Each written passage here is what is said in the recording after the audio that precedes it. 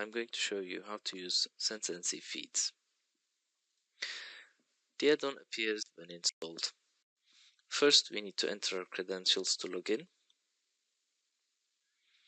Then we will have two options. For this demo, we will start with submitting a new optimization. First, we need to choose our optimization type and our machine tool model, as well as its spindle. Next, we will choose the toolpaths that we would like to optimize. Here I selected a few. We also need to set their tool data.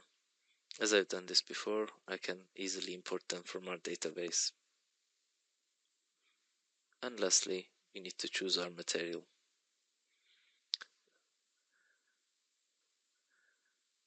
Now the toolpaths are sent for optimization.